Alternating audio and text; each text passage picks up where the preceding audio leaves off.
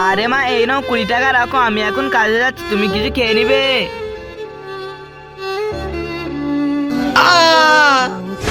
আরে আমার পায়ের মধ্যে তো কত বড় পিরেক ঢুকে গিয়েছে, এখন কি হবে? এক কাজ করি, আমি ওই কাপড়টি আমার পায়ের মধ্যে বেঁধে নিই।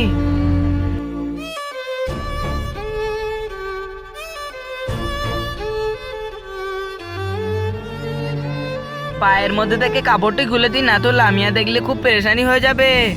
লামিয়া বেটি, তুমি আমার জন্য 1 গ্লাস পানি নিয়ে এসো। এই নাও বাবা পানি।